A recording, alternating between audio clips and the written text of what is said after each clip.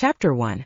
The low light in the dining room of Amare usually suited Marco DiSanti's tastes, all the better to prowl in the semi-dark. Plus, shadows gave him panty dropping cheekbones and made his eyes pop. Squinting through candlelight was tantamount to beer goggles in Marco's experience. But tonight something felt different. Itchy like he'd forgotten he was wearing wool, or staticky like he kept touching a light socket in the dry air. He couldn't put his finger on it, and the half-dark made everyone seem sinister, or romantic if you were into that. The farther he strolled into the dining room, the more electric his insides became. Someone was out there, and judging from the only other time he'd felt this way, he assumed it was another shifter. His first instinct was to ignore the sensation, but even as wrapped up as he had been in preparing a special plate of crudo for one of the A-listers who frequented Amare, he could not block out the pull. He had done his best to tightly shave segments of fish and arrange them on the platter, but he had to turn the task over and wander out among the humans. Partly out of curiosity, partly out of annoyance, Marco stalked between the heavy naked oak tables and high-backed, tufted leather chairs. His employer liked him to schmooze with the ineffably wealthy clientele, but he had no patience for the old millionaires trying to impress their gold-digging dates, or the D-list celebrities maxing out credit cards in a desperate attempt to look relevant. He felt like he was on a mission. One of the waiters streamed past him, angling plates of elegantly arranged pasta nests onto one of the long tables. Marco made unfortunate eye contact with Troy, his floor manager, who pointed at the table as though it were Marco's responsibility. Chef DiSanti, said a pock-faced actor when Marco finally stopped. A revelation as usual. The man pointed to his plate and Marco offered a bow. He put on the affected Italian accent everyone expected. Grazie, grazie, he offered. Thank you so much, Joe. You know I make the best only for you. The actor and his wife gushed over the food and Marco continued to bow and smile. Tourists. They lived for the show. You know, I've been to Italy many times and you are the real deal. Marco. The older man stood and shook his hand, but Marco already had his eyes on the next table, looking for the source of the itch. Yes, you must have Italy in your veins, my boy, the blonde-wigged companion smiled up through impeccable teeth. Because your food is unbelievable. Marco gave her a wiggle of the brows that sent a blush up underneath all her makeup. He was just about to kiss the woman's hand when he spotted her. The source of the itch. Sitting in the very back, face hidden by a menu, her long dark hair spilled over her shoulder and contrasted sharply with the white leather of the chair. So, the shifter was a woman? He hadn't met one of those before, unless you counted his long-estranged mother, which he didn't.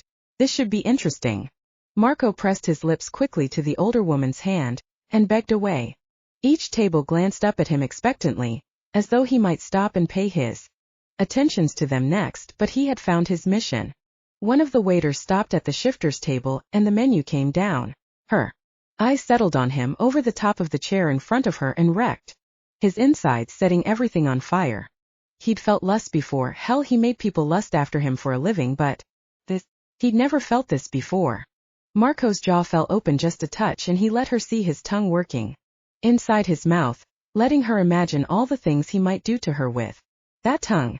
Her eyes seemed to twinkle, almost in amusement, and Marco felt the challenge rise inside him. He put on his best sexy Playboy chef eye stare and kept stalking through people toward her. When he got a little closer, he could hear her back and forth with the waiter, although her eyes didn't leave Marco's. And don't give me any of this bullshit cucumber water with extra oxygen or whatever the fuck y'all pump into this place to make me spend money. Just open the tap into a glass like a human being, and bring me some fucking water. She handed the menu to the stunned waiter. No fucking sparkles, okay? The waiter stuttered and took the menu. Why, yes ma'am. And I want the tasting menu. The secret one. With all the wine pairings. Of course, yes. Certainly. The waiter saw Marco approach and his eyes went wide, begging to be saved. Marco approached the table with languid ease, sliding his arms onto the back of the chair opposite her like he might be caressing a lover. Ciao, signorina. And what brings you to me, Amare, this evening? Her eyes flickered between him and the silent waiter, still holding the paper menu like a shield. She shook her head. If this is the chef that I've heard so much about, he can drop the fake Italian bullshit. I can smell an actor from the Million Mile Mall. Just make my food and leave me the fuck alone. She narrowed her gaze. This isn't the Olive Garden. I don't need you to make salad on me or any shit like that. With a dismissive wave of her hand, she turned to her phone, swiping angrily at some letters on the screen. Marco nodded at the waiter and switched to his flat Nevada accent. Please put in the lady's order. Without looking up, she called out, and remember what I said about the sparkles. Marco studied her as she texted. She was drop-dead hot, easily the most beautiful woman in the room, which probably meant she knew she was hot. No one had that kind of skin and cheekbones and lips and tits and didn't know she was a goddess. But all her energy read unavailable. Like blaring lights and sirens, una fucking available. Normally Marco rose to a challenge, but something was different about this woman. Well, for starters, he was pretty sure she wasn't a woman. No one made his wolf growl inside like another shifter, and the one male shifter he'd met in his life hadn't come anywhere near this woman. She was the Disneyland firecracker show of shifters to the beast inside him. Plus, it wasn't her wolf that was on the offensive. There was something distinctly normal about her anger, if he could just find out what it was. Marco pulled the chair out and sat down across from her. Her icy eyes slid up his body and landed on his face. He saw the nostril flare, the pupil dilation. She felt something too. Instead of more bullshit, he opted for the head-on approach. She appeared to be the kind who wouldn't fall for a game. Those were his favorite. What made you pick Amare? He asked, nodding at the ceiling as though it represented the entire empire he'd built. She regarded him with fire in her eyes, pursed her lips and shook her head. Nope, that's not working either. But she couldn't fool Marco. He recognized this facade all too well. It was the same one he put up when someone had reached too deep and plucked too hard on something inside. It was the wounded animal defense. He softened. Come on, you have to know you're the most beautiful woman in this place, maybe in this building, I don't know, I haven't seen all of them. You're not going to fault a guy for trying. A smirk curled her lips into half a smile. I'm not sure if that's a compliment. Marco leaned forward and pitched his voice down to gravelly. It was. There was the full smile. She put her phone down. You really want to know why I came here? Because you won't like the answer. Marco settled his arms onto the table. Try me. You'd be surprised what kind of punishment I can handle from a woman as beautiful as you. No blush, no response, nothing. Wow. Even the brash ones usually folded with that kind of intentional innuendo. This woman. He needed to know this woman. Okay then. She crossed her arms. I make it my business to try all the so-called best in whatever city I visit. My job, we don't get to travel much. Pause and the briefest glance of a wince across her features. Pain. Her job. Or family or something, and it was visceral enough that she felt it in her body. Damn, he wanted to strip her down and nuzzle her straight into orgasm, right? There in front of Joe and everyone. No woman that beautiful should be hurt like that. So whenever I travel, I make a point to try all the best chefs. She finished with a flick of her head. How many of these best chefs have you tried? Marco asked. She eyed the waiter as he set down her tall, slim glass of plain old water. Enough. And how many times have you been pleased? A downturn of her eyes, a curl of her mouth. Not enough. Marco's wolf practically rose up and jumped across the table. He wanted to get her up to his suite and eat her. But first he was going to make her eat those words. This guy was trying so hard, but she'd heard every line in the book. He was hot. In an arrogant I'm awesome and I know it kind of way. The Italian shtick was lame, but this was Vegas. Everyone played a part. If she hadn't been so pissed about not being let into the summit meeting with her alpha, she might have played along with his Romeo bullshit attempt at flirting with her. As it stood, Rain, the almost brother she hadn't seen in years, was in the summit as her alpha's enforcer, and she was out here. The least she could do is enjoy some good food. Maybe riling up this fancy pants chef would get her some really good cooking. It had been a long time since she'd had something fresh. That really knocked her socks off. Still, the chef was a wolf. That was new and intriguing. She'd been under the impression that the Vegas pack pretty much stayed off the grid. In fact, they hadn't even come to the summit at all. Why don't you come up to the VIP table and let me show you why Amare is the best restaurant you'll ever eat at? His voice was like honey and she was Hungry for something sweet? Arya raised an eyebrow. That was one hell of a proposal too. She dropped a couple grand just to get this table.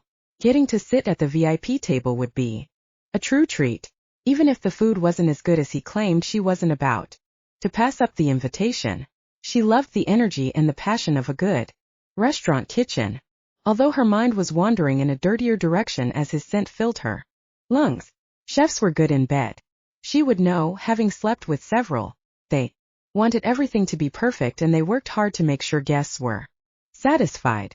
Plus, they didn't cling or call after she left. It was a win-win. Fabulous sex. No strings attached. Damn, she could use a good lay tonight. Watching Raina and Alan in the coat closet earlier this week had really gotten her juices flowing, and as of yet, she hadn't found an outlet for her building libido. But with Chef Makati, as Raina would promptly nickname him, right in front of her, she might be able to scratch that particular itch. Chapter 2.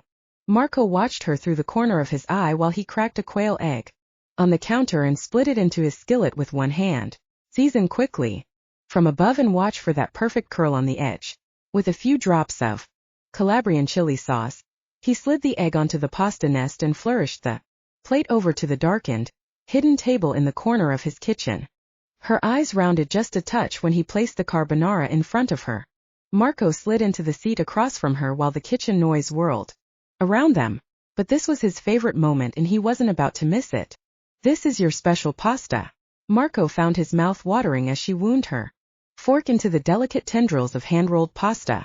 Our secret tasting experiences, the chef chooses for you. Her lips closed around the first bite and the tiniest uptick of the corner of her mouth made him sore inside. She wasn't going to give her praise easily, but he could read it on her face, in her smallest movements. Reluctantly, she was enjoying this. How do you know what I like? She asked around her bite of food. I can see into your soul. The words were out of his mouth before he realized he'd said them, and her little eye roll told him she thought he was feeding her a line. Normally it would have been a line, but with her it was different. Somehow he felt he could really see something inside her laid bare for him. She leaned across her plate, her eyes hazy with food lust, but when he drew closer her eyes went wide. Does that bullshit usually work on women? A blow to his pride certainly, but at least she was enjoying the food, and she couldn't hide how much she'd liked it. Still, she didn't respond the way his average bored socialite with a tricky palate would. No lighting up, no hidden smiles. She was holding something back. Defense and denial, but no inhibition. Holy fuck. Who was this woman? Marco cocked his head. Does your sarcasm usually keep men at a distance? Her chin jerked and those icy eyes flared at him, but she kept eating. With a careful twist of her fork, she lanced the last of the pork belly and held it out to him.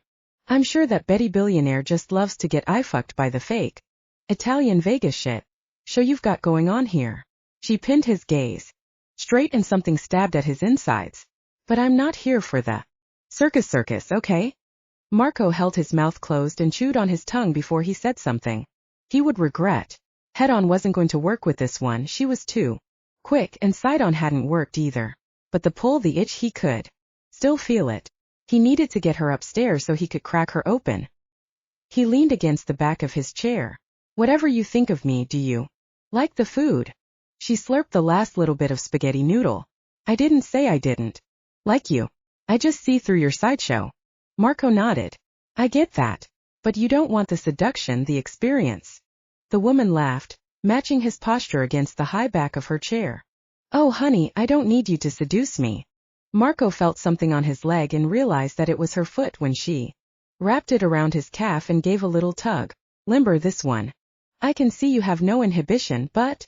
He stopped, considering her. Something vulnerable kept peeking through the shields like a chink in the armor, but he couldn't quite get a handle on what it was. He needed to get her up to his suite so he could find it. Tell me the truth, he said, without even a hint of Marco the chef. For the first time in what felt like ages, he dropped all pretense. I always will, she shot back. Do you like the food? Her eyebrows went up, two dark stripes of interest on the creamy white of her expressionless face. It's better than I expected. You have real talent. Reluctant praise, but praise nonetheless. Marco bounded up and shouted at one of the sous chefs. The bistecca? Steak. Hunger stalked over every inch of her face.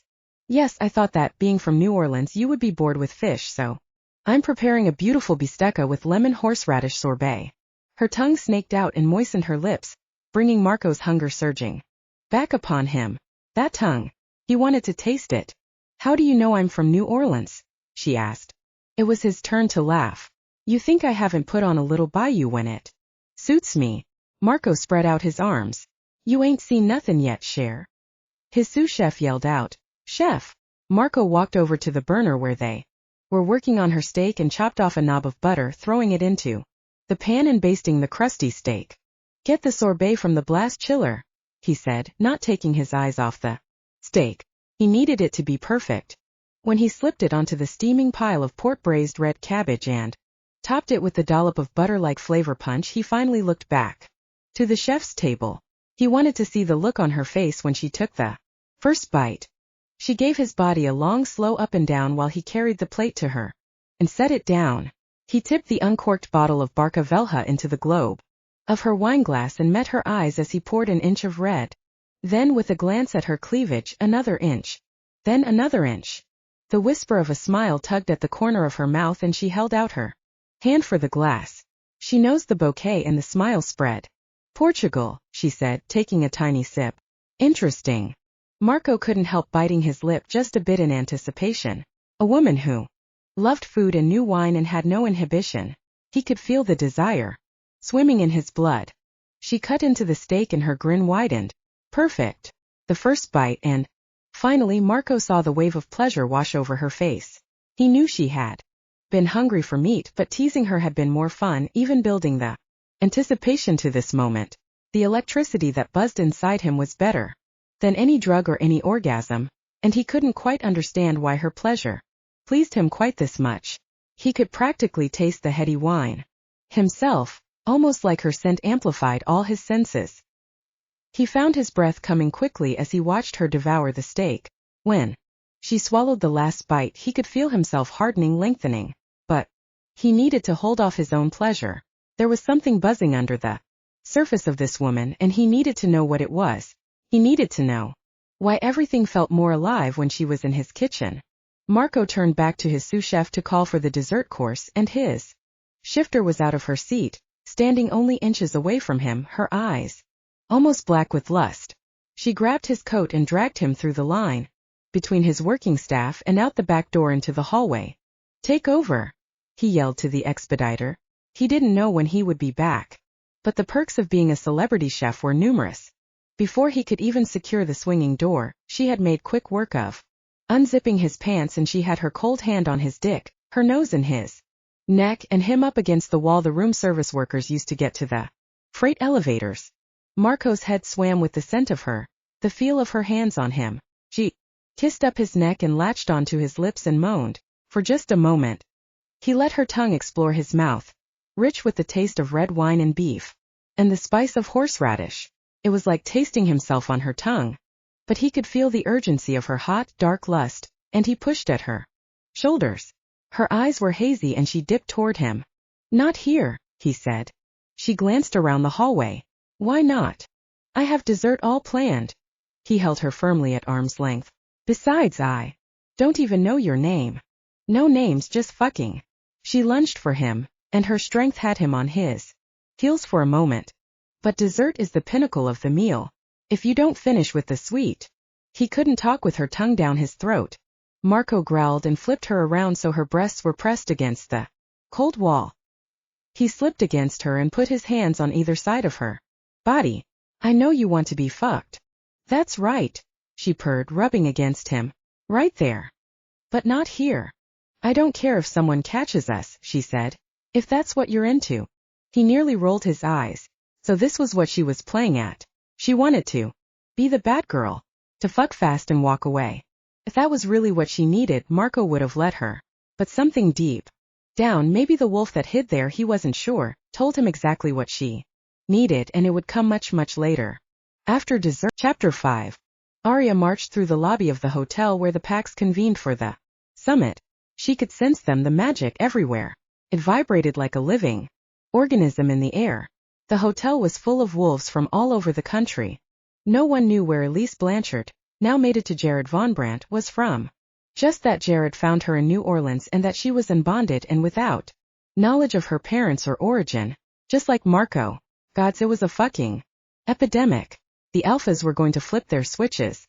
Here they were meeting in Vegas to find out if anyone knew anything about Elise's origins, and she'd fucking found another unbonded werewolf who claimed he didn't have a clue where he came from. No parents. Nothing. Not like baby wolves grew on trees. How the hell had either of them hidden themselves for so long? By the gods, she needed a stiff drink. And a good fucking. She hadn't gotten that from him yet, but she would. Arya whirled to face Marco. He'd stopped following her and was standing statuesque in the center of the busy lobby. Come on, she beckoned. What is that? What? She narrowed her eyes. That sensation of something alive. She shushed him and grabbed his arm. It's our kind. You can't talk about things in the open like this. We have to get to my alpha. Her phone buzzed in her pocket. She checked the screen. Red Dragon conference room. Good. At least Francis was taking the time to see her. He certainly didn't seem to care if she was around anymore now that his daughter wasn't an enforcer for the New Orleans pack. He'd been like her father since the accident that had stolen not only her parents but Rain's as well. Still, he was her alpha and her uncle, and she'd worked side by side with his daughter, Raina, for years. They were more like sisters than cousins. A little consideration, or at least a few words before putting Rainier in her place, would have been nice. Now she had a werewolf in tow that doubled their problem. Plus she still wanted to strip Marco down and have her way with him. Something was up with that. She shook her head.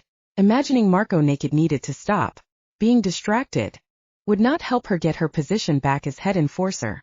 Arya led Marco to the elevator bay, and they rode up to the 10th floor where the alphas had made sure to reserve every single room. Other than hotel staff, who were easy to avoid, no human had any reason to be on their level. They stepped off the elevator and Arya breathed deeply as the magic of the packs washed over her. It was stronger here than downstairs because all the alphas were in one place. She loved the sensation, the power, and the rawness of wolf magic. But the poor man next to her wasn't breathing and his heart was racing. Breathe, Marco. It's just the magic. Same thing you felt downstairs, but it's amplified here because of the presence of alphas. She led him down the hallway and stopped in front of the door labeled Red Dragon. Doesn't this make you crazy? She texted Rain back and shook her head. I've never felt it this strong before. But it doesn't make me crazy. Feels great. The power of a pack is amazing. I feel like I'm coming out of my skin. Marco rolled his neck and grimaced. He was fighting his wolf. But why? Arya reached out and touched his arm. Breathe. Let the magic flow over you. It's part of you. Don't fight it. The door across the hall opened and she yanked her arm away and turned to face Francis and Rain. The two men looked at her and then at Marco. Francis' eyes widened, but he didn't speak right away. Instead he approached Marco silently. What's your name, young man? Marco DiSanti. You grew up here in Vegas? Marco nodded. Arya caught the sexy chef's gaze for a brief moment before turning her attention fully to Francis. Why don't you have a pack? Who raised you? Being alone is dangerous. Marco's face darkened and Arya had the sudden urge to protect him. Get between Marco and Francis. She clenched her fists and remained still. Her libido wasn't going to make a fool of her, especially not in front of her alpha. I don't know who you are and I don't owe you anything. Arya had no right to tell you my secret. Francis snarled. Arya protects her pack. She did exactly what she should have. Do not speak ill of her. Warmth blossomed in her chest, but with it came more agitation. It pained her that Francis was angry at Marco. By the gods, what was wrong with her? Arya. Rain took a step closer and leaned toward her. You okay? She jerked away and glared. Like you really care. I've always cared, he replied softly. How did you find him? Arya crossed her arms. I'm that good. Rain chuckled and shook his head. Sure you are. Arya. Francis' voice silenced them both. Arya hurried to her alpha's side. Yes, sir. This summit is going nowhere. We have no leads and everyone is bickering about what to do. You need to take him to the Vegas pack. They declined the invitation to the summit, but we need to know what info they have on Marco. I'm standing right here, Marco hissed. Yes, you are, and you're being about as helpful as a tree stump, Francis responded. Arya, take him to see Carl Rivera at the Vegas Alpha. Find out what they know. Francis trusted her to do this. To take Marco. Meet the Vegas Alpha. Either that or he realized in his infinite wisdom that she couldn't let Marco out of her sight. Probably the latter. Damn Alpha Bond. Still, he hadn't sent Rain with her to babysit, so there was at least that. Arya stopped the rental car in front of an old single-wide on the outskirts of town and took a deep breath. The Vegas pack kept a low profile, but they were powerful and plentiful in this area. Underestimating them wasn't on her to-do list. She didn't doubt that Marco wasn't part of their pack, but as separated as these wolves stayed from the city, they knew everything. Just because no one saw them in the city didn't mean they weren't there watching everything. Vegas was their territory. All of it. If anyone knew where he came from, Rivera and his pack would. Ready. For what? To get mugged by a bunch of desert thugs. Arya snorted out a laugh. Come on, Marco. We need information in these guys. We'll have it in spades. They don't look like they even own a computer. They don't roll in money like other packs, but they do fine. Plus they are one of the largest packs this side of the Great Plains. A rock doesn't drop in Vegas without Rivera knowing where it fell from. So why wasn't he at your alpha meeting in town? Rivera isn't very social, Arya answered. What the hell are we doing here then? You don't know anything about your mother. Rivera will. If she ever lived here, he'll know. We need to know where you and Elise came from. Who the fuck is Elise? Another wolf who doesn't know where she came from. She lives here. Arya shook her head. She was in New Orleans. Coming. She slammed the door shut and walked to the front of the car and sat on the hood. What are you doing? She nodded her head toward the front door. A large man wielding a shotgun stepped through the screen door, and two other very large men also holding rifles came around from the back of the house. You're trespassing, growled the man at the top of the steps. I'm here on behalf of Francis Dubois. I need to speak to Carl Rivera. The men's gazes wandered to Marco, but they didn't question his presence, which solidified Arya's assessment that they did indeed know who Marco was and had allowed him to live all this time in bonded. Get back in your car and follow us down the road. Arya tipped her chin at the guy on the landing before returning to the driver's seat of the rental. Marco scrambled for the passenger side door. The three men jumped into a jeep parked a few yards away. Gravel pinged the front of the rental car as Arya turned down the bumpy road to follow them. They had guns. We are not going to follow these redneck werewolves into the desert. I know, I've seen that on Criminal Minds. You said you don't know anything about your parents. Arya studied Marco from the corner of her eye. His heart rate had increased and his breathing was sporadic. He was lying about something. She just hadn't figured out what yet. The men with guns weren't what was bothering him. He'd been this way since she asked about his mom the first. Chapter 6. Marco counted the reasons why he should go back to Amare, and they were many. Besides protecting his mother, there was not dying. That was pretty high on the list. Arya not dying was another. Or losing any of his fingers or toes or other appendages. These dudes represented all the things he hated about the town part of Vegas and why he never left the Strip. They had chips on their shoulders the size of the Eiffel Tower. Fucking townies. Always out to harsh a buzz. Stop that, Arya growled, jerking the wheel. Marco looked up at her. All her features were tight on edge like she just chewed a big roll of tinfoil. What? He asked. Settle your heart down, for fuck's sake. I can hear it beating out of your chest. He shifted his shoulders. Every part of his skin already felt alive around Arya, but now that feeling was encroaching inside. I'm not used to all this.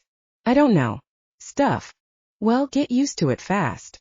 Arya pointed to the string of lights on the horizon. When we get in there, we'll probably be surrounded by 50 wolves. Or so. Marco couldn't even fathom what that would be like. It had been bad enough meeting the other two wolves back at the Strip and just being in the same building with more. Get control, she said. Breathe. You keep saying that. He gripped the oh shit handle on the car door and pushed against the feeling.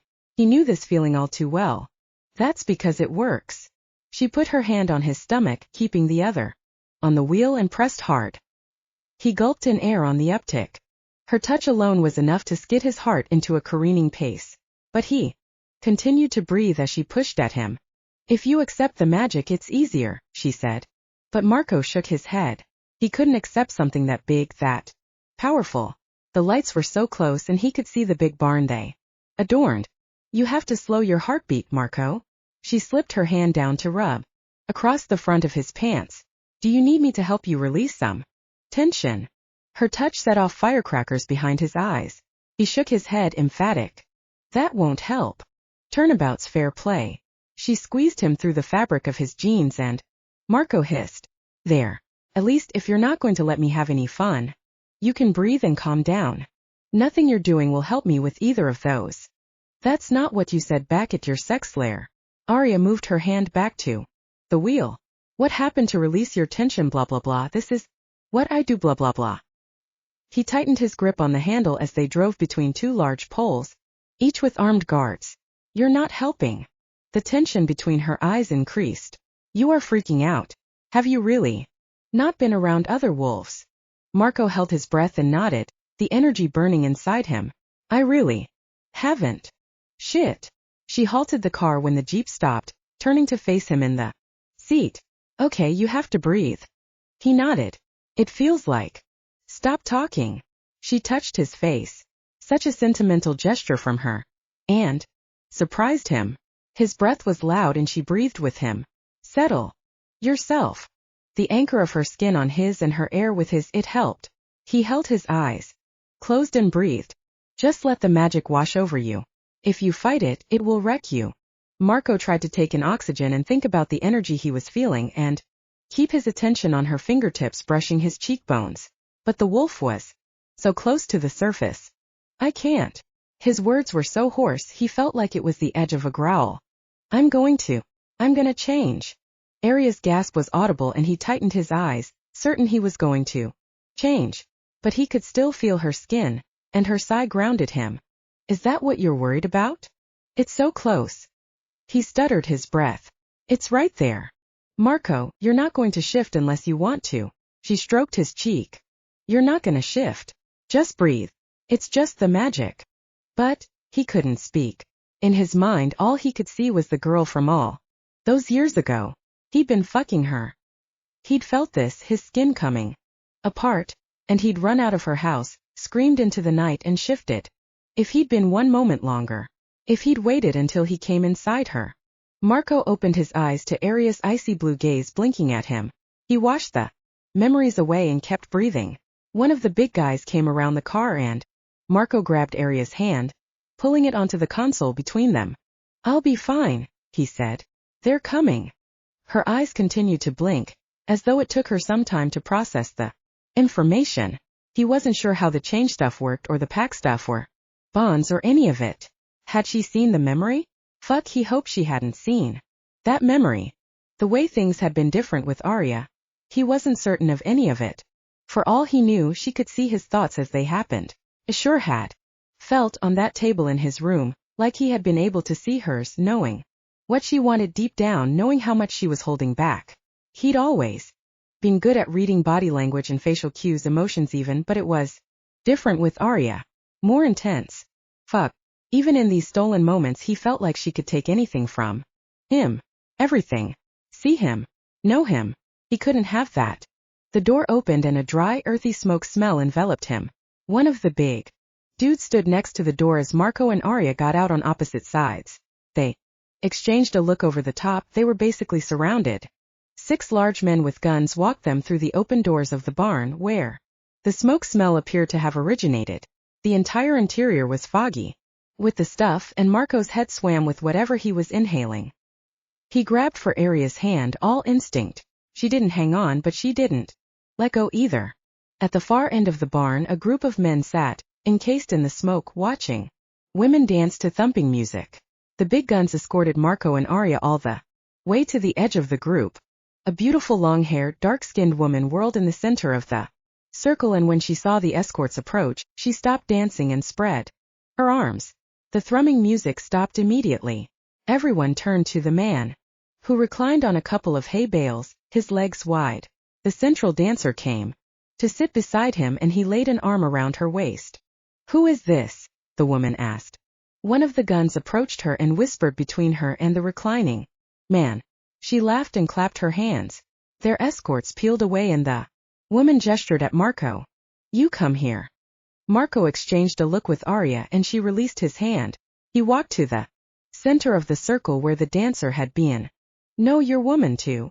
The man's voice was surprisingly deep, like a big opera singer, and it rang through Marco's bones. "She's not my woman," Marco argued, but the woman cut him off. "Yes, she is." She gestured to Arya. "Come forward, dear." "So you are from Louisiana?"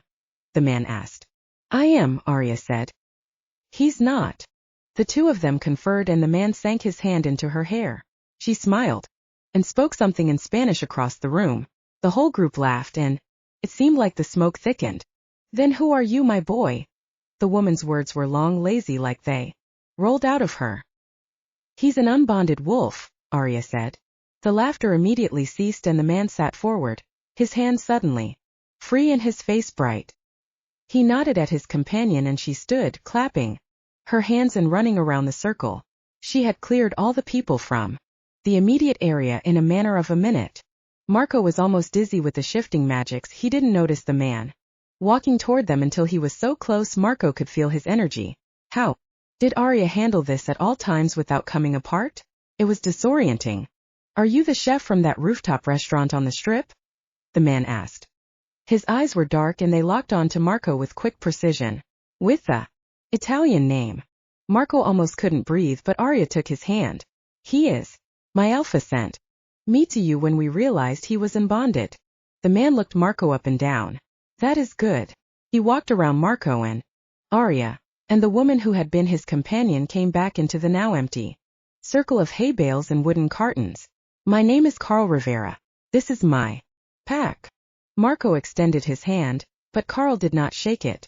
He continued to circle and look like he was deciding whether or not to purchase them at auction. "And this is Teresa, my mate."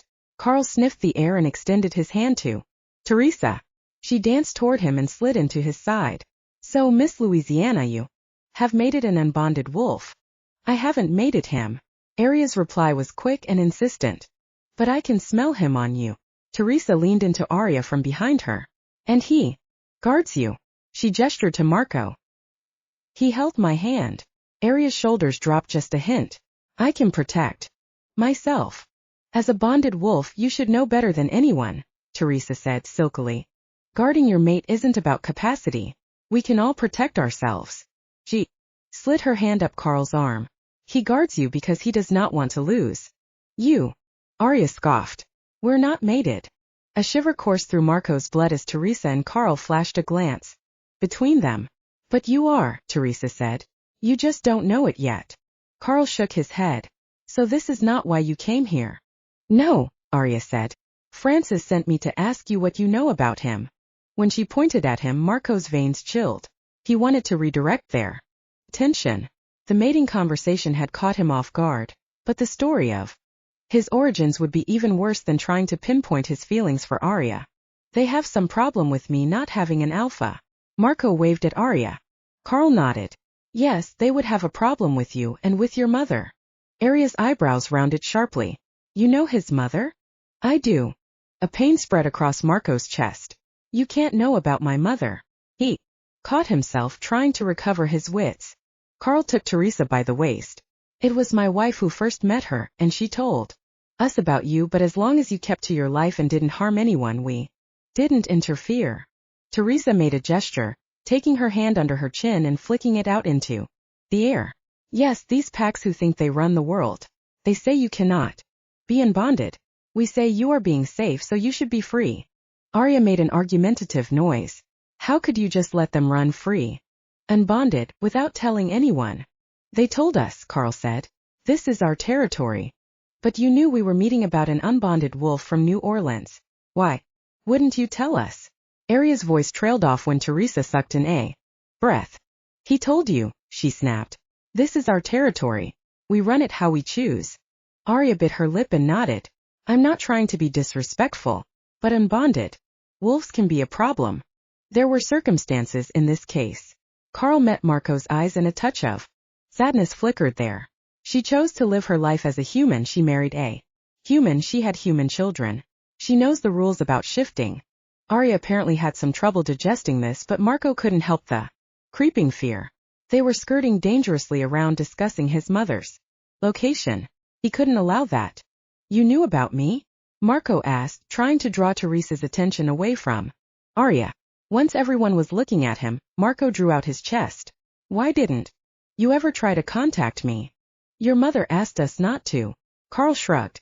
We sent our son Tomas to check on you occasionally. Marco tried to remember the features of the wolf he'd happened across in the lobby of the Cosmopolitan years ago.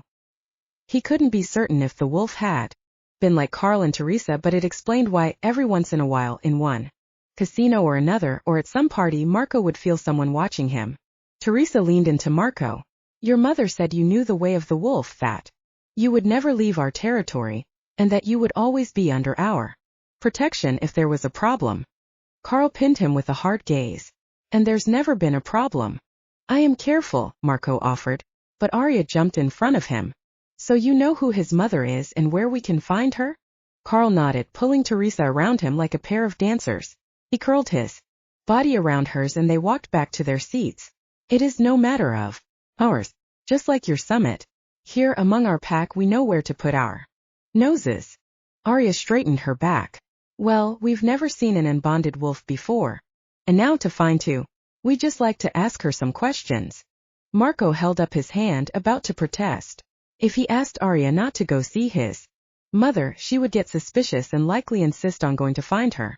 He typically admired tenacity, but when it threatened to expose his deepest secret, he would rather have her a bit more malleable. But it was Teresa, and not Arya, who watched Marco's response, and he could feel her eyes on him. He swiped his tongue across his lips. Carl had his hand in Teresa's hair again, running it down her back. We can tell you the area of town where she lives, but she asked us not to find her. Think she doesn't want her children knowing us. They are human after all, Teresa added, but kept her eyes on Marco. His skin was starting to crawl. Fine. Arya sighed. I can find her, with or without your help.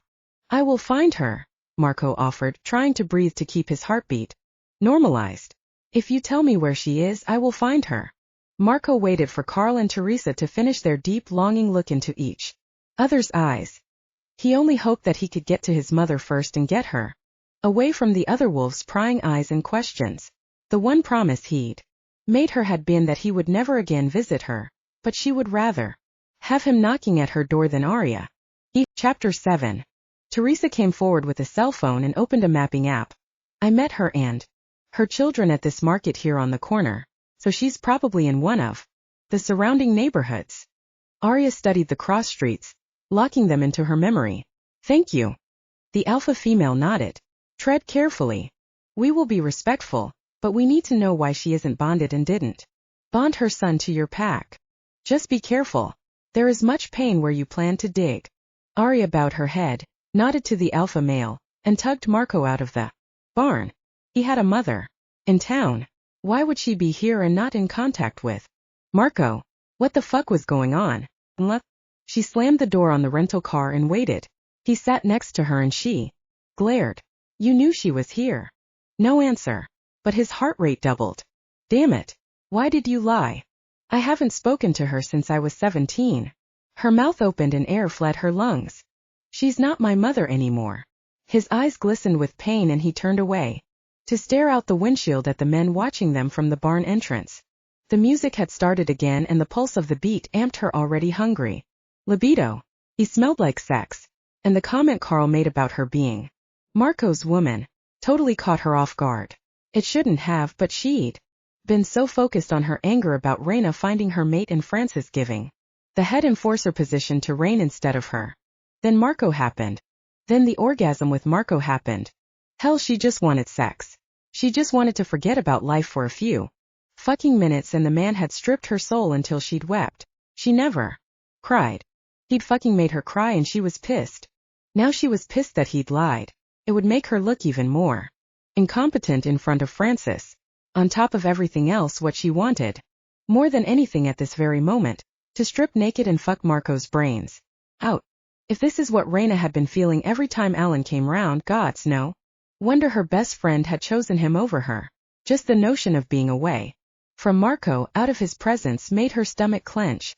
The thought of losing him when she went back to New Orleans pushed her mind back into the present, back to the problem at hand.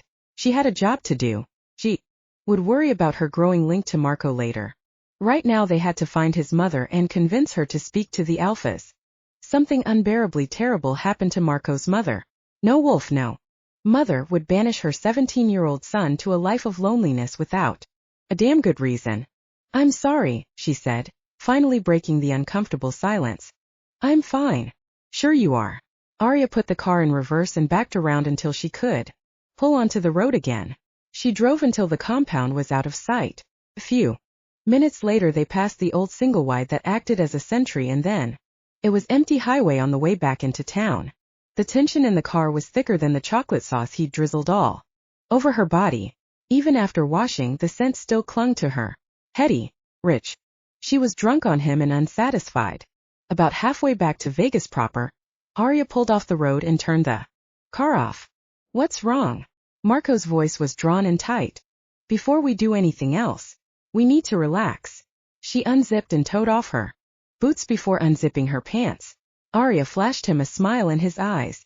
Widen. Relax. Unless you'd rather get out of the car and do this over the hood. She lifted her hips from the seat and shimmied out of her jeans and panties, which I'm fine with, just FYI. No, he swallowed audibly and stared at her naked pussy. His hunger matched hers, but it was mixed with fear. Why? In the car then. She crawled over the armrest between them and reached for the hem of his pants. Gods, I can't wait to feel you inside me. No, he growled. His eyes glowed yellow for a second. Arya froze, her hand a few inches from his body. I can't. I'll lose control.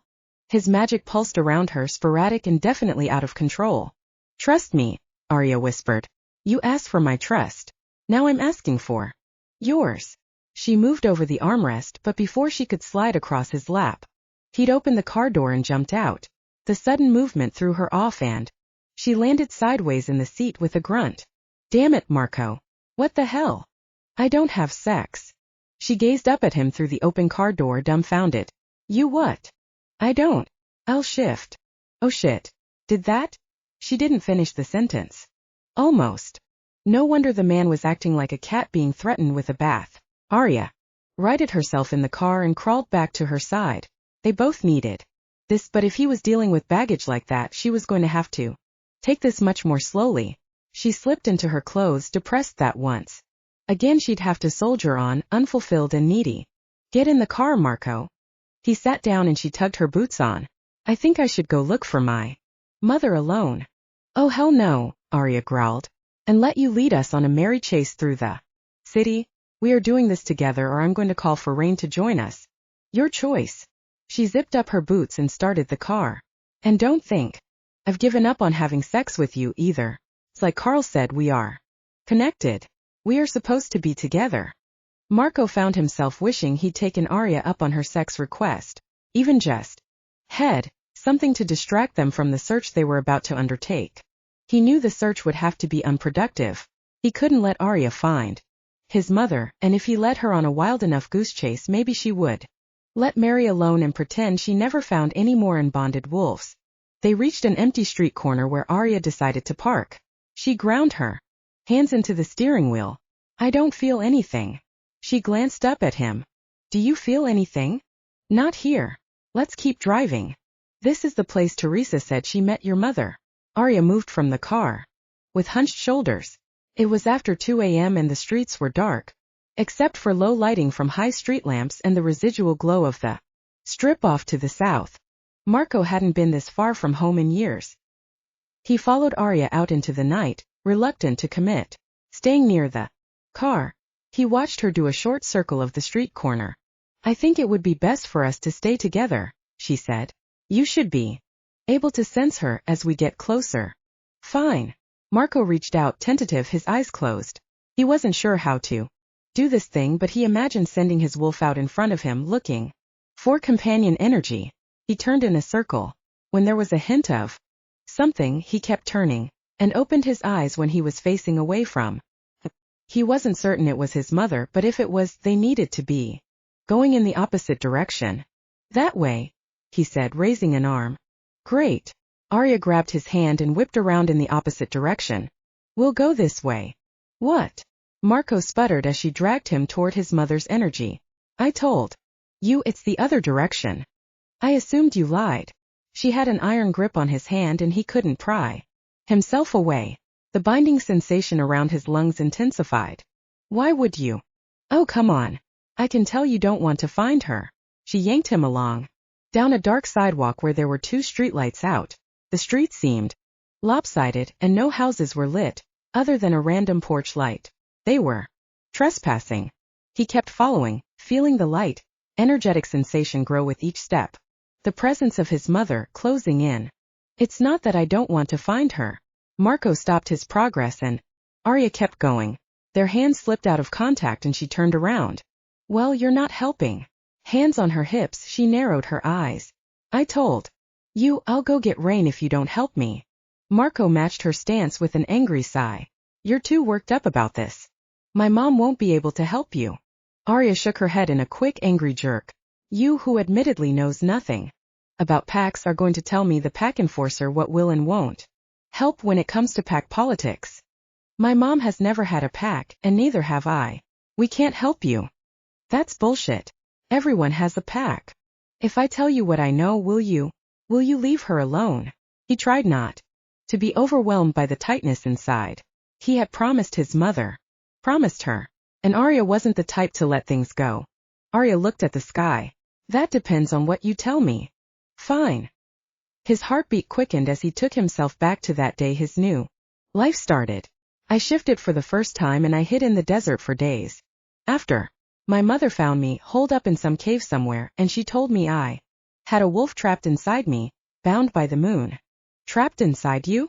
The incredulous note in her voice did not encourage him. But Marco tried to focus on the memory of his mother's voice. Isn't that what it is? Marco clawed at his chest. It's inside and I can feel it sometimes on the surface, like it breaks out of jail. That's a little melodramatic, don't you think? Marco took a breath in deep and held it. It's how it feels for me. Fine. Arya crossed her arms. Your mother told you about the moons, and then? What? She told me that every time there was a full moon, the wolf would get out, and I had to be somewhere it couldn't hurt any people. A burn crept up his chest and into his throat. She said she didn't have a pack and that my father was a dangerous man who, if he ever found me, would kill me and use me to find her. The sarcasm left Arya's voice. You believed her. I can feel it. She called him the devil, Arya. Marco could feel the tears rising in his eyes. My own mother tells me that having a wolf inside means a devil can find and torture and kill her. The only woman I've ever. He stopped before the emotion took him completely. Arya didn't speak. Concern brushed over her features and she drew her body into his, curling around him like a cat seeking warmth. She put her ear to his chest and held him. Marco couldn't handle the warring emotions. Part of him wanted to push her away, part of him wanted to take solace in her. But he had to finish his story. He had to protect his mother. Wolves are a danger to her. If we find her, if we draw attention to her, we could be putting her life in danger. Marco pulled at Arya's shoulders. I can't find her for you, Arya. Tell me you understand that. Her eyes drew together and a sad sheen licked across them, sending a jolt of emotion straight to his heart. He knew that he and Arya were connected. Somehow, like her orgasm had connected them, one so powerful it ate through them. Or maybe they really were connected on some deeper level, like Carl and Teresa said. He couldn't be sure. I understand that you don't want to find her. I'm sorry. She touched his cheek and reached for the back of his head. With a strong hand she pulled his head down and pushed his lips against hers. The intimacy of the act, even though he had put his tongue inside her only hours before, shocked him. A wild, rough thing unfurled inside like a flag. He could feel it stretching him, pushing him. Maybe she had been right to suggest sex as a method of relaxation. He angled his head over hers and kissed her longer, deeper. The electric spark of her beneath him. He wanted her. Arya took his hands and bent her body, kissing him, holding him. He panted. Into her mouth. He wanted her. You weren't kidding about the distraction, he whispered, flicking his tongue. Inside her mouth. Maybe I could be persuaded. She smiled and gripped his hands tighter. In a low voice she said, Chun tu. Gile memo kroi agasanam godeo. Something moved inside him and a burning sensation on his wrists made him try to pull his hands away, but she had hold of them so tightly. Arya's ice blue eyes bored into his. I'm sorry, Marco. She closed her eyes and repeated, Chun tu gile memo. Kroi agasanam godeo. The fire soon took his whole body and Arya released his hands, apologizing again, and running down the street in the direction of his mother's house. Chapter 10. Marco's whole body hummed. The energy was too much. And having been dismissed, like he was someone's child, he was fucking done.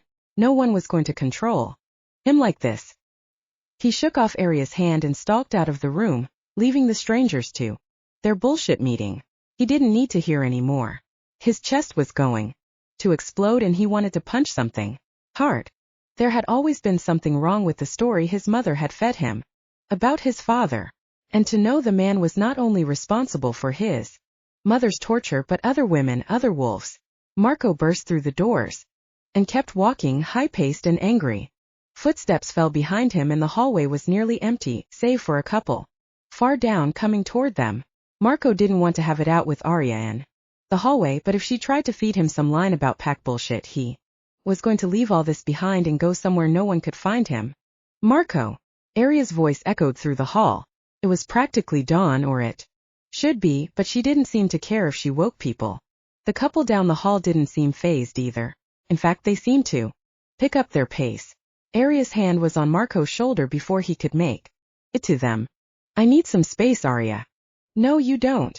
You don't know what I need. He brushed her touch away. Although you like to fucking think you do, with spells and trying to get me to kowtow to packs and alphas. This is all fucking bullshit. Arya. A calm voice sounded from behind him. Marco turned, about to gather his wits and apologize, but the buzzing energy just wouldn't stop and his thoughts were whirling, and he really wanted to find a punching bag. Bad. Elise, Arya answered. Why are you up? We got a call from Rain, she was saying, but Marco couldn't focus. This beautiful dark-haired, amber-eyed young woman was Elise. Her mother had been with his mother. Marco held out a hand to stop her progress. You shouldn't go in there, he said. I'm sorry, Elise, this is Marco. Arya grabbed his hand and pulled him to her side. Marco, this is Elise Blanchard, and her mate, Jared Von Brandt. The square-shouldered blonde man held out a hand and Marco saw a peek of the green swirly tattoos that adorned his own wrists. Only Jared's were doubled. Two endless knots together. Mated. Marco shook the man's hand. Why shouldn't we go in there? Elise glanced between Arya and Marco, but Marco held his tongue. He wasn't going to be the one to tell her. He already wished he could split it out of his own skull. The image of his mother being raped and tortured in some gray room somewhere by a devil man who happened to be his father, that wasn't going away. Ever. If Rain called you, then you should go in. They gave us permission to leave. But they called us in too. Arya gestured toward the conference room. They found someone who knew your mother. The look of shock on Elise's face made Marco pause. She grabbed Jared's hand, and their matching marks practically entwined. Her eyes watered. Can I go in? Elise asked. You should both go in, Arya said, putting a hand on Jared's shoulder. You'll want to hear this too. The couple walked on and Marco took that as his cue to leave. He didn't want to hear his mother talk about Elise's mother, or about his father or any other man. He just wanted to go release some tension. This had been a fucking hell of a day and he was done. Arya ran after him, yanking at his arm just as he pushed the elevators down. Button. Marco, by the gods, will you stop? He couldn't look at her.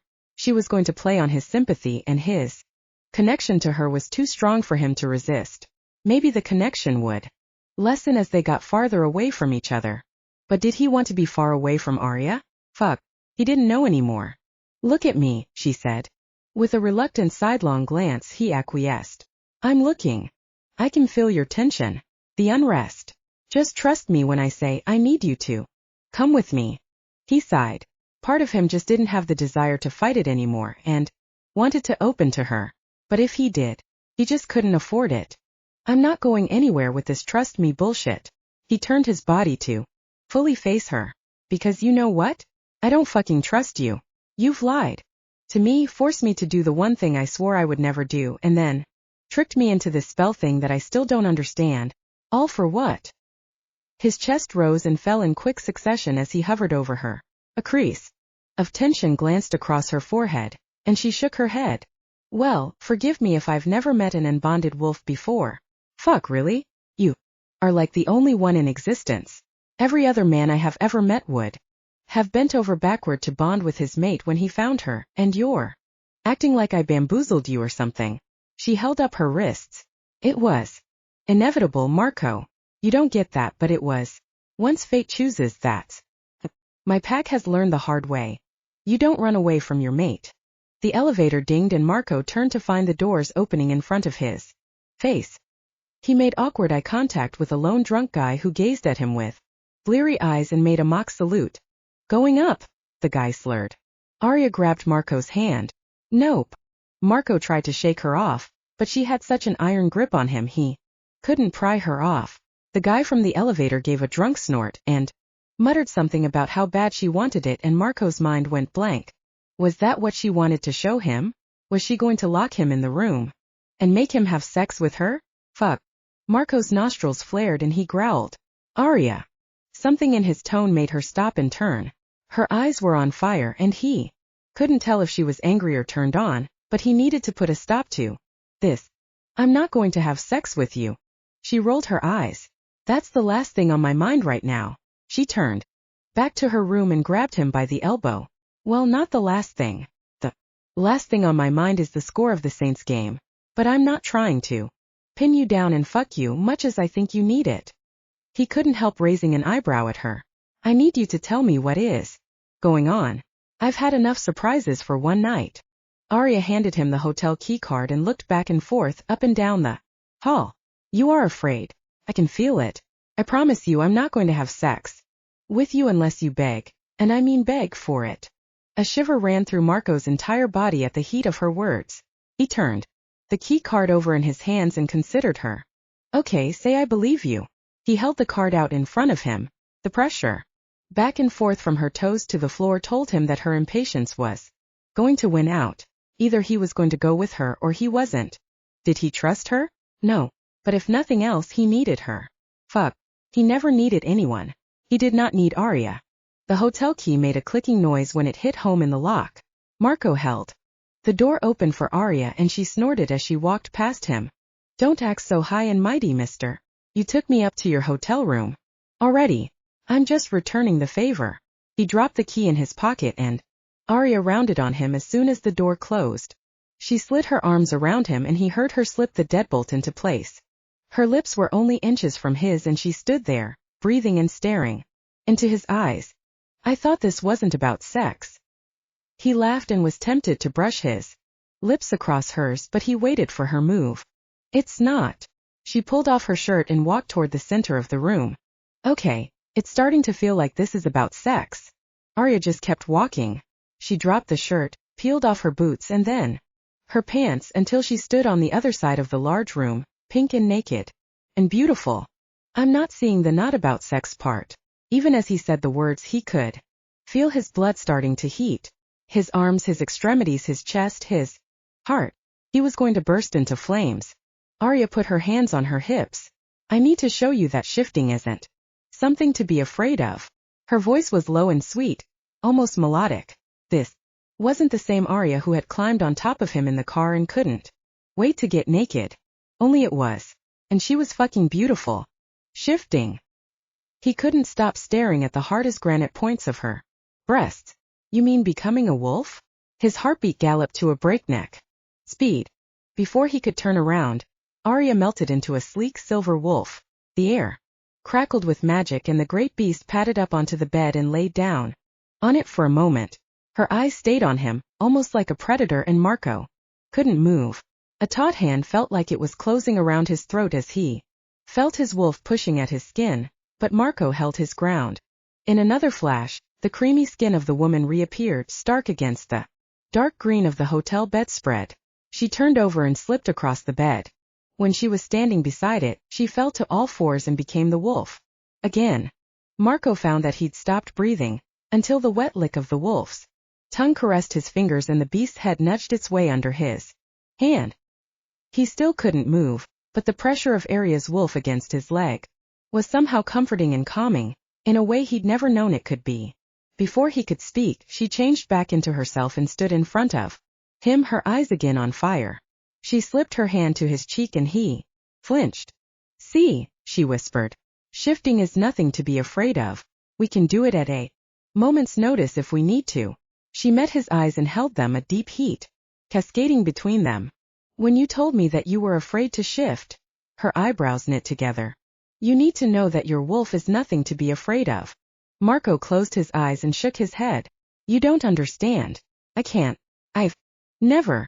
He licked his lips. "When I was having sex with my high school girlfriend, I almost shifted for the first time, but I've never shifted other than during the moon since that day." Arya released a long breath and concern laced her features. "Never. Not in the 12 years since then. Not ever." She took both of his hands and a red-hot hellfire of a danger zone opened up inside him. He knew what she was going to say, or he knew what he wanted her to say. He wasn't sure anymore. But even the part of him that wanted to embrace his wolf and be free of the years of shame he'd carried around, being at the mercy of a beast, wasn't going to be able to do this alone. "Here's what I want you to do, Marco." She stepped into his space and pulled off his t-shirt. "You're going to think about letting your wolf loose, and then I'm going to shift with you. And whenever you want to, you think about being this you again, and I will wait for you to shift back." Her hands were on his pants and a slice of fear cut him almost in two. He stopped her unbuttoning. "What if I can't? What if I can't shift back?" "You can," she whispered. "I promise. This is how we teach young wolves.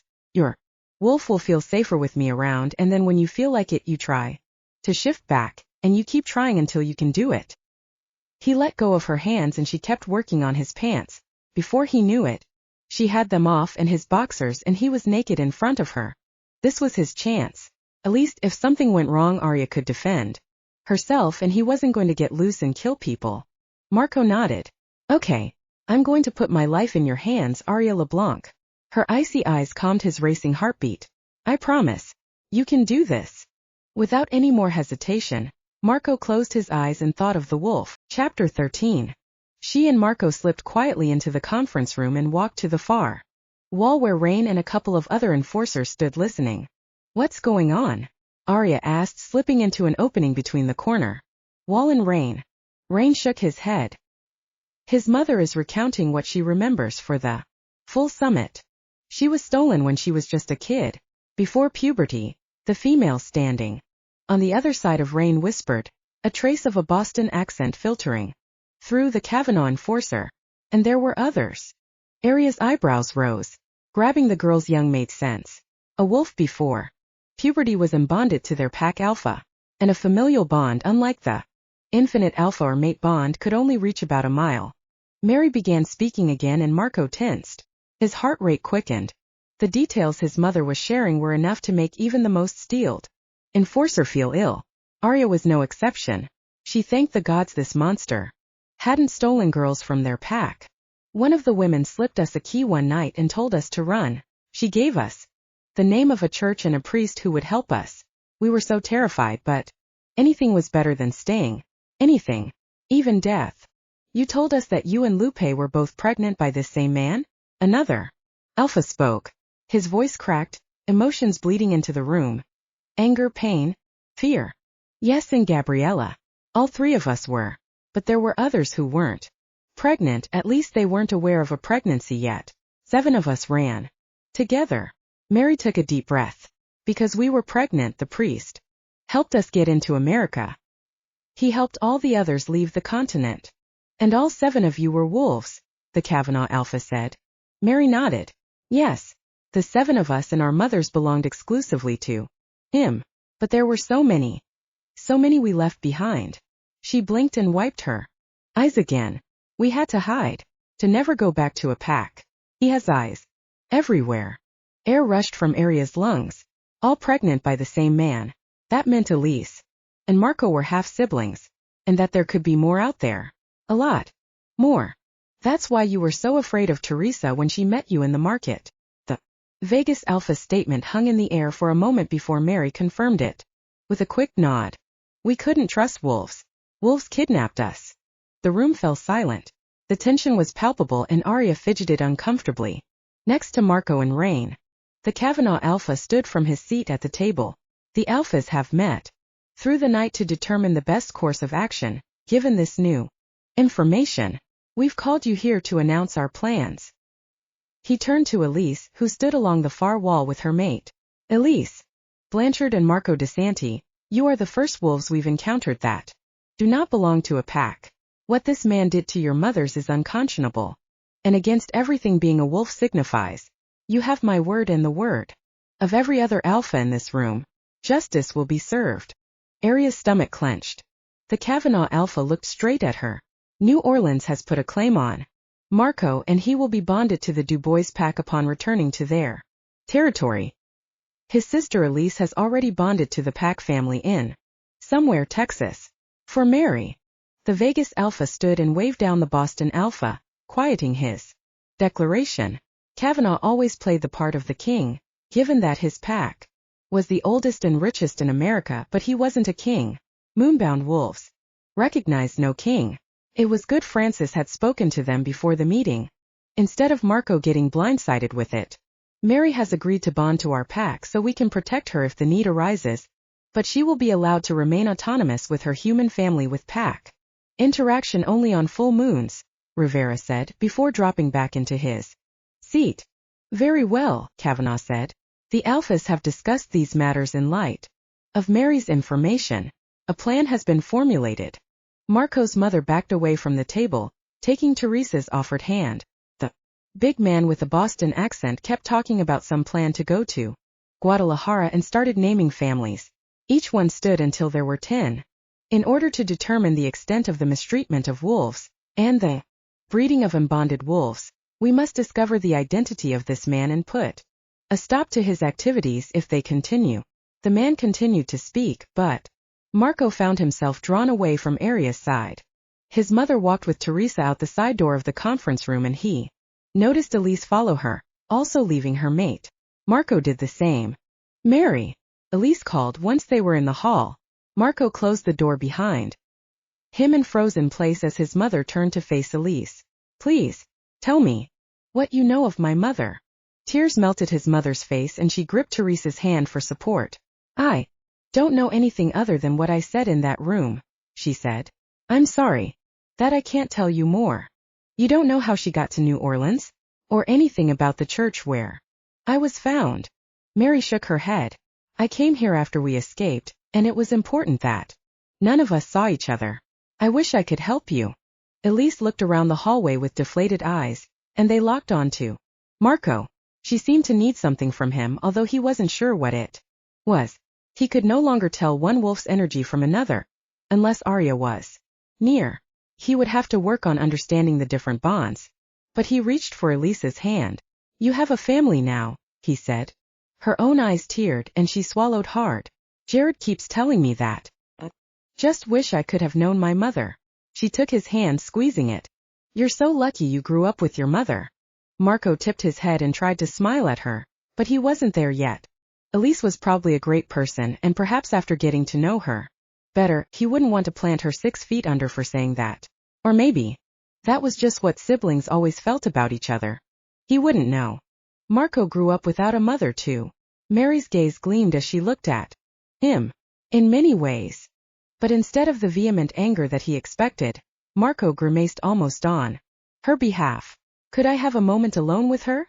He whispered, trying to keep his calm in front of the strangers whom he'd discovered were his family.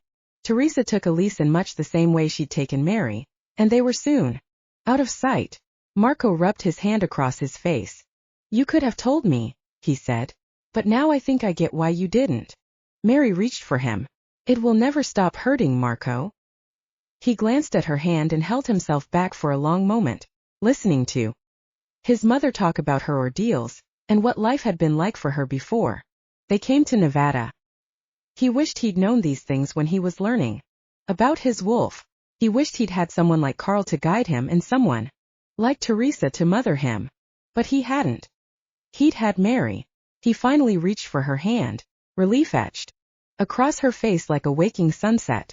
How do you know it never stops? He found himself asking. It's been my whole life, and it's never really stopped. She squeezed his hand. I hope you can at least understand why I never told you. Will you be safe enough with Carl to protect you? Her dark eyes took on a sad slant. It was never really me that I was worried for. She reached for his face and touched the side of his cheek with a light fingertip. Adrian wants you. He wants Elise. And if there are others, he will want them. Then why not send me to Carl when I was a boy? Mary shrugged. I didn't know them. Adrian told us that all the packs would shun us and that we would never be welcome because we didn't have a family other than him. Marco rolled his head from side to side. He was a piece of work. A bright light twinkled in Mary's eye. You are nothing like him, my son. She pointed back toward the conference room. You should go back and be with your new mate, with your new family. Marco's brows drew together. You will always be my mother. A lance of pain creased her features and Mary's tears flowed again. I'm glad you found me, Marco. I see now that I was wrong to keep you from a pack. You have come alive. That's all, Arya, he said. She is hard to read and she's headstrong and she never ever listens to me, and she makes every part of me alive. She sounds like someone I know. Mary squeezed his hand. You be well, my son. I will always love you. Marco nodded and watched her walk down the hall to join Teresa. She was small and moved more slowly than she used to, but she still had the same resilient heart. Part of him was even glad she would get to stay with her human family. He had long ago learned not to begrudge life or caprice. The things that seemed to bring heartache one day might bring a blessing the next. He may have grown up with a hard mother and with some kind of psychopath for a father, but it had brought him to Arya, and he wouldn't wish that away for all the white picket fences in the whole world. Marco slipped back into the conference room just as a group of people were walking forward to stand at the front of the room. Rain went along and the redhead from Boston, along with several he didn't recognize. He found Arya quickly and slipped along the wall next to her. He grabbed her hand. You're smiling like the wolf in the henhouse, she said with a laugh. Marco leaned in and kissed her on the cheek, pausing for a moment to nuzzle the soft flesh of her neck. I saw you standing there. I couldn't help it. Arya raised one eyebrow. Did you speak to your mother? All work and no play, he said, nipping the flesh below her ear. Well, if you did speak to her, I declare a miracle. Arya pushed him away from her neck. They've selected the group to go to Mexico. I see we're not in it. Marco nodded at the formidable group at the front of the room. Francis thinks it's best if you come back to New Orleans with me. For once I agree with Francis. Marco went back to kissing the flesh of her neck. There was a round of applause and he smiled into her skin. Yes, I agree. I am pretty good at neck biting. I'm serious, Marco. Arya came to stand in front of him as the crowd milled around them. I know we haven't talked about it much, but I'm ready, he said, meeting her eyes. I'm ready to be part of a pack. Just like that. One of her brows rounded. Seems fishy. Marco pulled her into his body. It's really just a ruse to get you into bed. He kissed down her throat, then up again, and he could feel her laugh beneath his lips. That's a ruse I can get behind. Epilogue. 3 months later. New Orleans, Louisiana. Light glinted off every stainless steel surface in the kitchen as Marco flicked the switch and uncovered Arya's eyes. Her long dark hair made a trail behind her as she spun in a circle. Oh baby, she cooed. You really cleaned this place up. Marco slipped his arms around her waist. I did, didn't I? She leaned back against his chest. I have to say, when Francis brought me here before Christmas, I didn't think it was salvageable. Needed some major gutting, he said. Katrina did a number on this place. Last major damage in Holy Cross. I think Francis was just as excited about restoring this old Creole church as he was about giving you a place to cook. He shrugged. It fits the character. Although my mother would probably accuse me of blasphemy with my fine dining restaurant in a gutted-out narthex. It's very New Orleans. She turned in his arms and met his eyes. That's the First time you've mentioned your mother since we got back from Vegas.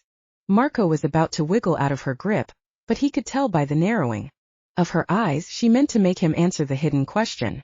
Why suddenly? Talk about your mother? He smelled the chocolate souffle almost ready by his watch and thought again about escaping her, but her arms were too tight around him. She's very religious, that's all. He kissed her forehead. Come on, Arya. Need your opinion on the souffle. Marco. She caught his hand as he tried to walk away. Why bring up your mother? Babe, there's a fine line between underbaked and overbaked here. I want you to taste the souffle when it's perfect. Arya released him. Fine, take the damn thing out of the oven. She pointed at him, but you're gonna tell me why you brought up your mother. A short sniff of a laugh escaped his nose. Arya was so aware of every moment of his life these days, with the moon approaching, and with the restaurant opening. He loved that she cared enough to pay attention, but the no private thought or feeling thing was still new to him, even after 3 months. He checked the egg timer that he'd set for the souffle. Still 10 minutes. Opening the oven to look at it would only release all the perfection he'd striven to achieve in temperature and moisture inside that sealed oven. Would kill the rise in these last few minutes. Marco sighed and put his hands on the counter, his back to Arya. Does there have to be a reason for me to bring her up? You wouldn't insist there wasn't a reason unless there was a reason you didn't want to talk about. I didn't understand any of that. She laughed. You think I won't ask if that timer goes off and your dessert thing comes out? You think you can distract me with food? Marco echoed the humor, feeling the rise of her sarcastic edge. She did love the banter. Come over here. He held one arm out and she walked into his side. I love you, do you know that? I know. She picked up the whisk off the wooden cutting board and handed it to him. And I think I know why you brought up your mother. You do. Marco began to whip the cream. You want to go back and see her. He paused the whisking motion and glanced over at her. They hadn't discussed his mother since the last time he'd seen her. Arya had either known not to push him or she'd been lying in wait like a predator to pounce on the subject when it came up. If the latter was true, he had to at least give her props for patience. I don't want to go back to Vegas. He continued the whipping. Then why bring her up? I think I want to ask her to come out for the opening. Arya picked up the pre-measured sugar and poured it into the bowl as he whisked. A fleck of cream landed on her skin and she flicked out her tongue to lick it off. Marco's blood rushed in his veins. I think that's a good idea. She made an appreciative noise and snuck her finger along the side of the bowl, missing the whisk and catching another dollop of cream which went right into her mouth. You do. Marco put the bowl down. It hadn't reached soft peaks yet, but he wanted to give Arya his full attention. Yeah, well, you never know if she'll come or not, but it's no use pretending. You don't have a mother. Arya pulled her finger along the edge of the cream again and took another taste. This is really good, baby. Is there almond in this? Marco dipped down to take her mouth in his and the rich, sweet hint of cream lingered on her tongue.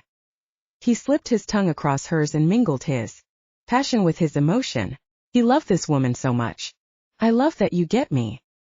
He held the side of her face and rubbed his thumb across her lips. Well, you would want to ask her. I get that. At least give her the chance to be a mother. Now that you know more about pack life, I expected you, at some point, to at least want to reach out to her.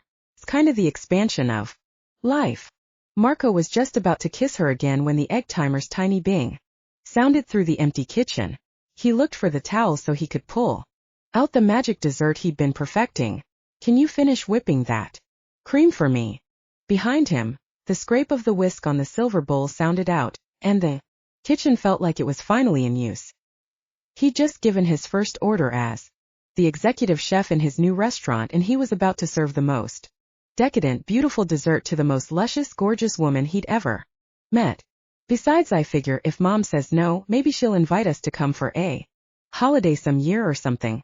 I mean, she doesn't hate me. Marco pulled the tray out of the oven and placed it on the stove. The souffle was beautiful.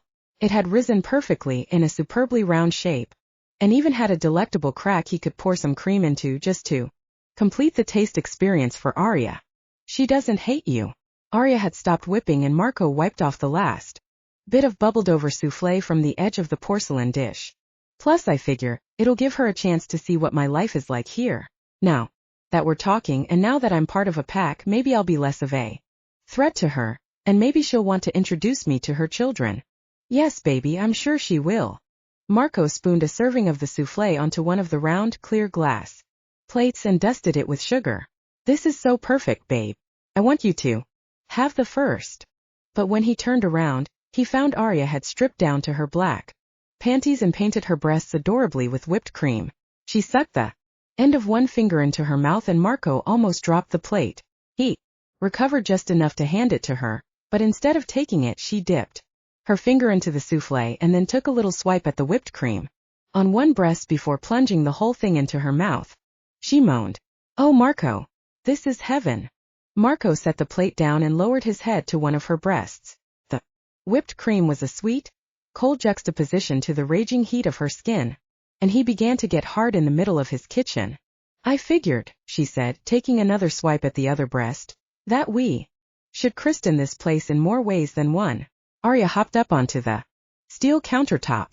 "You're going to disinfect it anyway, right?" He laughed as his mouth covered her other breast. She helped him shed his chef's coat and his pants, and before the souffle had even dropped, he had his cock deep inside his new mate, and his mouth was on hers. Arya's response drove him on and he climbed up onto the table, hovering over her, both of them naked, and their eyes glowing with lust. He loved that he wanted to fuck her as much today as he had on the day they met, and he secretly loved that she'd embraced his thing for food with a gusto he hadn't expected. Even as they fucked on his new prep table, she kept sticking her fingers into the whipped cream and painting it onto his body, then sucking it off. She was wrong.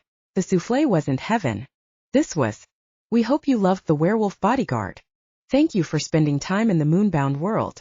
Please consider leaving a short review. Each one helps. /Crystal Shannon and Cameron Reese. Sign up for the Moonbound newsletter and receive book 2 for free. http://april.com/billel-gx. Plus new release info, giveaways, and sales.